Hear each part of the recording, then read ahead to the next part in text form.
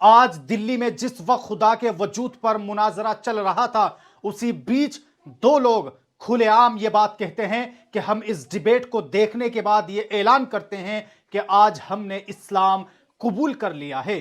جی ہاں دوستو، اس ڈیبیٹ کے بیچ یہ دو کمنٹ اس وقت سوشل میڈیا پر خوب وائرل ہو رہے ہیں۔ ان میں سے پہلا شخص ایان 08 لکھتا ہے after this debate now I have converted to Islam, اور دوسرا وہ شخص کہ جس نے اس ڈیبیٹ کے فوراً بعد کمنٹ باکس میں آ کر اس بات کا اعلان کیا ہے، جس کا نام ہے ایکس ہندو انوبھاؤ۔ I was non-Muslim, but after this debate, I accepted Islam and took my shahada۔ اور دوستو، اس ڈیبیٹ کا ایک ایسا حصہ جو اس وقت سوشل میڈیا پر خوب وائرل ہو رہا ہے، وائرل ہونے کی وجہ یہ ہے کہ جاوید اختر نے کھلے منچ پر مفتی شمائل ندوی سے یہ بات کہی تھی کہ میں نے جو میجورٹی کے تعلق سے یہ بات کہی ہے کہ میں کھلے منچ سے اسے واپس لیتا ہوں اور میں اس بات سے رجوع کرتا ہوں۔ جی ہاں دوستو، آپ خود سنیے۔ کیا آپ یہ تھوڑی سی آپ کو غلط فہمی ہے۔ میں اگر میرے جملے سے یہ مدنیات نکلا یا میں نے کہا تو یہ جملہ میں واپس لیتا ہوں، یہ میرا مطلب ہی نہیں تھا کہ میجورٹی ڈیسائیڈ کرے گی۔ میجورٹی ڈیسائیڈ کرے تو دنیا میں بڑی ویسے آپ نے کہا تھا یہ جملہ، اچھا ہو میں مان رہا ہوں، بعد میں ریکیپ کر لیں گے۔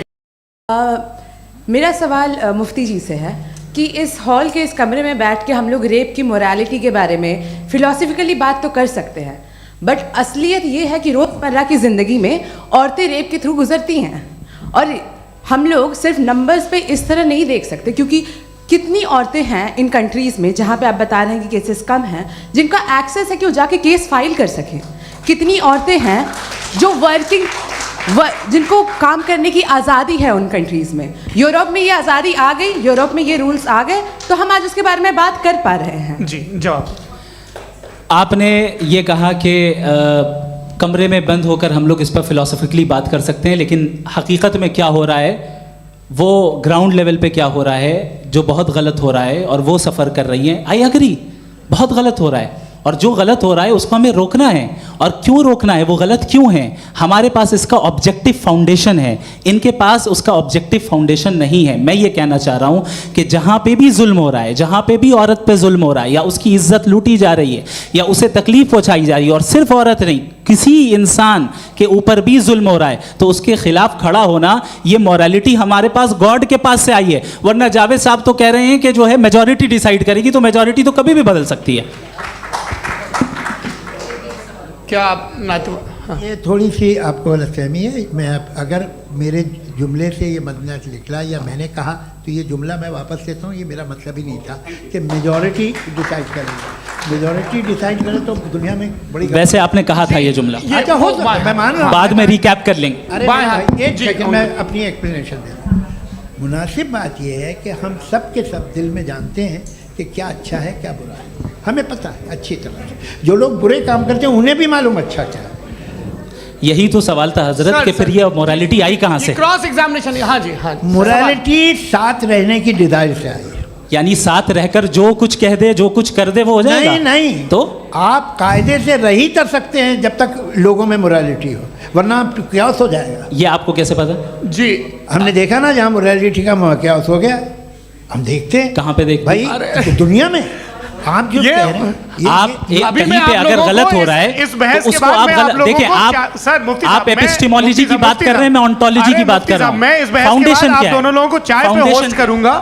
بہرحال دوستو، آج الحمدللہ دلی میں ہونے والا یہ مناظرہ محض ایک فکری مقابلہ نہیں تھا، بلکہ حق و باطل کے درمیان جاری علمی کشمکش میں ایک روشن، باوقار اور یادگار مرحلہ ثابت ہوا۔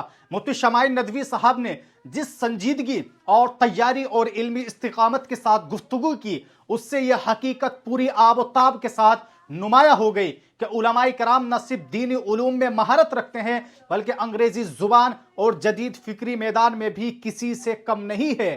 یہ مناظرہ اس غلط فہمی کی عملی تردید تھا کہ علماء عصر حاضر کی فکری زبان سے ناواقف ہوتے ہیں۔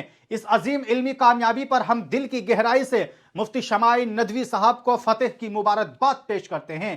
آپ نے وجود باری تعالیٰ کے اثبات اور الحاد کی شبہات کے ازالے میں مضبوط، مدلل اور باوقار اسلوب اختیار کیا، جس سے ارتداد کے فتنوں کے خلاف ایک مؤثر علمی مثال قائم ہو چکی ہے۔ اسی طرح مفتی یاسر ندیم الواجدی صاحب کا کردار بھی نہایت نمایاں اور قابل تحسین رہا۔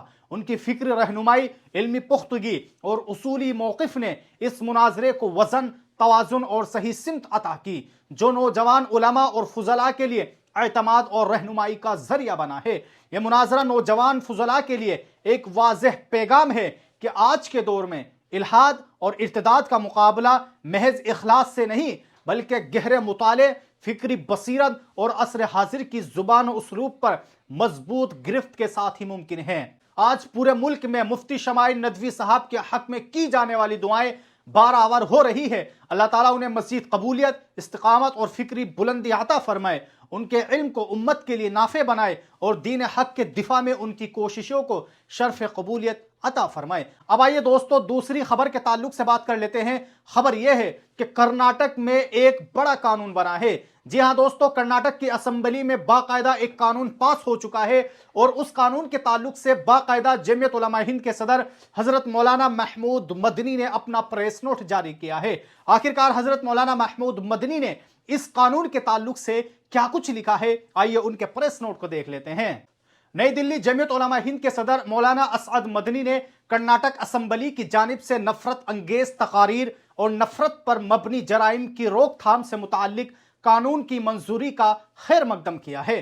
مولانا مدنی نے کہا ہے کہ ملک میں نفرت کی فضا ہے، جیسا کہ سپریم کورٹ آف انڈیا نے پہلے اپنے تبصرے میں بار بار کہا ہے کہ ایسی فضا جو پورے ملک اور سماج کے امن، بھائی چارے اور جمہوری ڈھانچے کو تباہ کر رہی ہے، اس پس منظر میں کرناٹک حکومت کا یہ اقدام سماجی ہم آہنگی اور دستور ہند میں دی گئی اقدام کے تحفظ کی سمت ایک مثبت اور اہم پیش رفت ہے۔